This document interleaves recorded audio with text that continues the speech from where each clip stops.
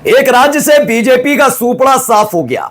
BJP, Bharatiya Janata party, जो खास तौर पर 2014 के बाद से ही हिंदू मुसलमान करने में जुटी रही, हर एक उस नेता को तवज्जो दी गई जिसने खास तौर पर मुसलमानों के खिलाफ जमकर नफरत उगली, गाली गलौज करना, नफरत फैलाना, मुसलमानों के खिलाफ गंदगी उड़ेलना। जिसने इसमें पीएचडी धारक कर रखा था, हमेशा उसको अव्वल दर्जे पर रखा गया।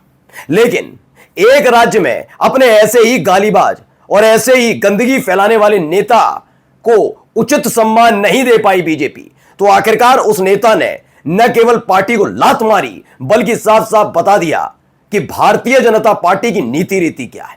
आज मैं आपको तेलंगाना की स्थिति दिखा रहा हूं। आप तक यह खबर पहुंच गई होगी कि टी राजा ने इस्तीफा दे दिया है। बीजेपी का वो विधायक जिसने हमेशा हमेशा विकास की बात नहीं की, सिर्फ गंदगी उगली है। एक बार पहले भी इसी बीजेपी के विधायक को बीजेपी ने बाहर किया था, लेकिन जब जरूरत महसूस हुई तेलंगाना में चुनाव के वक्त, तो फिर से इसे अंदर आया ये। लेकिन अब खोलकर इस आदमी ने लात मार दी है, और लात मारते वक्त जो किया है वो आपको दिखाऊंगा, और दिखाऊंगा कि कैसे इसके जाने से भारतीय जनता पार्टी के कितने इनके बचे कुचे तेलंगाना में समर्थक थे वो भी छोड़कर जा रहे हैं। आज की बहुत बड़ी खबर दिखा रहा हूं, दिखाऊंगा कि कैसे इसी टी राजा को जमकर कूटा भी गया। नमस्कार, मैं हूं प्रज्वल गौतम और आप देख रहे हैं टाइम्स एक्सप्रेस। कई सारी खबरें हैं दोस्तों। वैसे तो बिहार में आपने देख ही लिया, मैं बिहार से इसलिए शुरू कर रहा हूं, बिहार में इस साल के आखिर में चुनाव है। दो बड़े चेहरे, एक बड़ा चेहरा है मनीष कश्यप, उसने लात मारी, साफ कह दिया। जो व्यक्ति पूरी तरह से भरोसेमंद था कि तेजस्वी यादव को, लालू प्रसाद यादव को, उनके परिवार को, आरजेडी को कोसा करते थे, वो भाई साहब भी पर्दे खोलने लगे कि भारतीय जनता पार्टी किसी की सगी नहीं है। जब इन्हें जरूरत पड़ती है तो पूरी तरीके से आंखों पर बिठाते हैं, और जैसे ही मतलब निकलता है, ये ताजा तरीन, ये इस वक्त की बीजेपी की बता रहा हूं, तो लात मार देती है। ये मैंने नहीं कहा है, मेरा चैनल नहीं कह रहा है। जाइए जाकर मनीष कश्यप का हाल ही का बयान सुन लीजिए, कैसे गुस्सा फूट पड़ा था जब मनीष कश्यप ने खुद बताया कि जब तमिलनाडु की जेल में बंद था वो, तो उस वक्त तेजस्वी यादव ने भी इतना अत्याचार है, विपक्ष ने इतना नहीं किया जितना बीजेपी ने दुख दिया। वो रो पड़े सबके सामने। इसके अलावा हमारे एक सीनियर जो पत्रकार हुआ करते थे, असितनाथ तिवारी, वो पहले कांग्रेस में थे और कांग्रेस को छोड़कर बीजेपी में आए थे। उन्होंने परतें खोली थी कि कैसे असितनाथ तिवारी ने बताया कि कैसे भारतीय जनता पार्टी छोटी बच्ची के साथ हुई दरिंदगी, और दरिंदे ने जब उसके साथ उस पर हमला भी किया, उसके बाद भी मन नहीं पसीजा। जब उन्होंने इस पर आवाज उठाई तो कैसे उनकी आवाज को दबाने की कोशिश बीजेपी के बिहार के प्रदेश अध्यक्ष दिलीप जायसवाल ने की। सोचिए, छोटी छोटी बच्चियों के जिस्म को नोचने के बावजूद बीजेपी को कोई फर्क नहीं पड़ता। ये मैं नहीं कह रहा, मेरा चैनल नहीं कह रहा, ये असितनाथ तिवारी उस वक्त के बीजेपी के नेता और प्रवक्ता ने कहा था। अब देखिए, यही पोल टी राजा सिंह ने खोली है। कौन है टी राजा सिंह? टी राजा सिंह वही है ना जो खुल्लम खुल्ला गालियां दिया करते हैं। टी राजा सिंह वही है ना जिनको सिर आंखों पर बिठाया करती है बीजेपी। लेकिन भारतीय जनता पार्टी इस बात को भली भांति जानती है। वो कई और दौर की राजनीति कर ले, लेकिन तेलंगाना में सत्ता में आना बहुत मुश्किल है। उसकी वजह बहुत सारी है, वो बताऊंगा। पहले देखिए आज तक ने खबर क्या लिखी। तेलंगाना, टी राजा सिंह ने बीते दिन बीजेपी से इस्तीफा दे दिया। उसके बाद उन्होंने कहा कि दम घुट घुट कर हम पार्टी का सर्वनाश होते नहीं देख सकते। आगे उन्होंने यह भी कहा कि हर इंसान कुछ सालों तक जुल्म सह सकता है, लगातार जुल्म सहने की क्षमता मुझ में नहीं है। तो सोचिए, बीजेपी अपने सबसे ज्यादा बड़े गालीबाज एक विधायक को भी नहीं बख्शती है। वजह क्या है? वजह आप समझेंगे तो पता लग जाएगा कि कैसी राजनीति तेलंगाना में करना चाहती है बीजेपी, वो भी दिखाऊंगा। लेकिन इनके जाने से कितना लॉस हो रहा है वो भी दिखाता हूं। इंडिया टीवी खबर, तेलंगाना के फायर ब्रांड नेता एवं विधायक टी राजा सिंह ने भारतीय जनता पार्टी से इस्तीफा दे दिया। पता नहीं क्यों फायर ब्रांड लिखती है, लेकिन गोदी मीडिया है तो बीजेपी नेता जब होंगे तो फायर ब्रांड ही लिखा जाता है। इस आदमी में कोई फायर ब्रांड नहीं है। कहे तो मैं जो वीडियो बना रहा हूं, कितनी गालियां, 10, 20, 30, 40 कितनी गालियां दिलवानी। अगर गालीबाज एक विधायक फायर ब्रांड है तो मैं सर्वोपरि माना जाऊंगा ऐसे तो सोचिए, गालीबाज विधायक लिखना चाहिए, फायर ब्रांड लिखते हैं। थोड़ा शर्म इन चैनल्स को भी आनी चाहिए। लेकिन उन्होंने तेलंगाना बीजेपी अध्यक्ष के तौर पर नया नाम सामने आने के बाद यह फैसला लिया है। यह खबर निकलकर सामने आई। अब खबर क्या है पहले देखिए।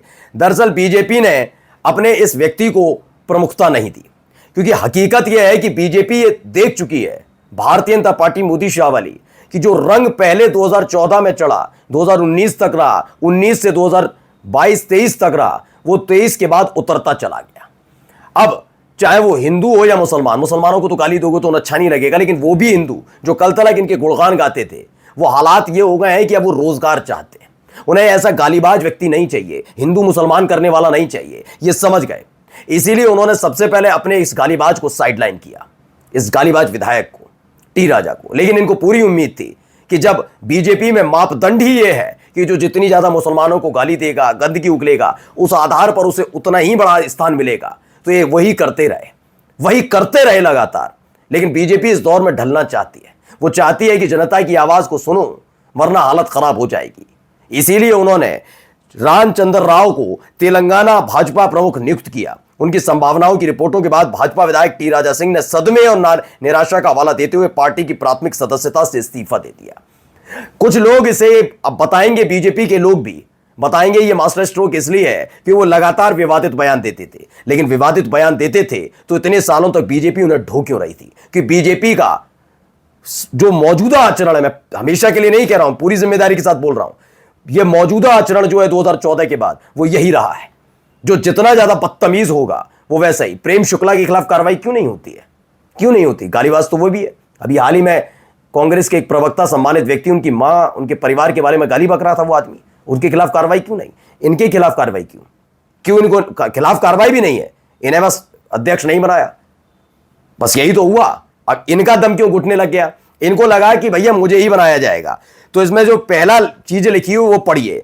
इसमें टी राजा सिंह लोध ने लिखते हैं, जी किशन रेड्डी को भेजा जाता है, जो प्रेसिडेंट है बीजेपी तेलंगाना स्टेट के।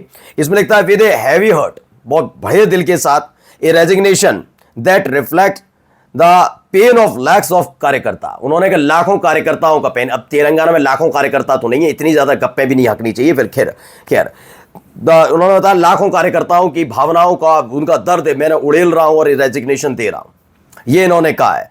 यानी मैं खोल के बता रहा हूं, जिन्हें गंदगी पसंद है उन्होंने टी राजा सिंह का समर्थन किया, स्पष्ट बात है। वरना मुझे नहीं लगता कि टी राजा सिंह का कोई बयान अपने परिवार के साथ बैठकर भी सुन सकता है। यह संस्कारी पार्टी के विधायक थे, एक संस्कारी विधायक और संस्कारी पार्टी। मैं खुलकर कह रहा हूं, इनकी अपनी ही पार्टी के नेता अपनी घर में, अपने परिवार जहां पर मां बाप, बूढ़े बुजुर्ग, बच्चे बैठे हो, टी राजा सिंह के बयान को सुनाए पूरा, कभी सुनाए बिना गाली दिए। आदमी जो बात ना करे, उस आदमी पर आप संस्कारों की बात करेंगे, उसके कितने समर्थक होंगे तो कैसे होंगे सोचिए। लेकिन अब जाकर इसलिए याद आया क्योंकि इनको पता लगा कि जिन हिंदुओं को हम जगा रहे थे अपनी वाली स्टाइल में, वो वाकई हिंदू जाग गया है, वो समझ गया है। रोजगार, विकास, ये सब नहीं दिया जाएगा। दिया क्या जाएगा? बस उठाओ झंडा और टूट पड़ो मस्जिदों पर, मदरसों पर। इसीलिए अब नए तरीके पर आ गए। वो समझ गए कि अब बोरिया बिस्तरा एक एक राज्य से बंधने जा रहा है। खास तौर पर वहां पर वैसे भी असदुद्दीन ओवैसी हैं, तो उतना असर इन लोगों का पड़ता नहीं है। अब आइए, ये एक वीडियो आपको दिखाने जा रहा हूं, वीडियो पहले देख लीजिए। ये वो वीडियो था, तेलंगाना पुलिस ने बीजेपी विधायक टी राजा को घसीट घसीट कर गिरफ्तार किया। ये हमेशा अपने तमाशे, इनको पूरी उम्मीद थी कि अब तेलंगाना में प्रदेश अध्यक्ष चुना जाना है। ये तमाशा कर रहे थे हर बार की तरह, पूरा जोश लगाया था। पुलिस ने इन्हें कूट भी दिया था और घसीट भी लिया था। लेकिन हुआ क्या आखिरकार? रामचंद्र राव ले गए बाजी, ये रह गए मुंह ताकते हुए। यह अपने आप में बताता है कि भारतीय जनता पार्टी में मतभेद अपने चरम पर है। बीजेपी सिमटती जा रही है एक एक राज्य से। सत्ता छोड़िए, सरकार छोड़िए, इनके अपने कार्यकर्ता भी इनको देखना पसंद नहीं करते। नमस्कार।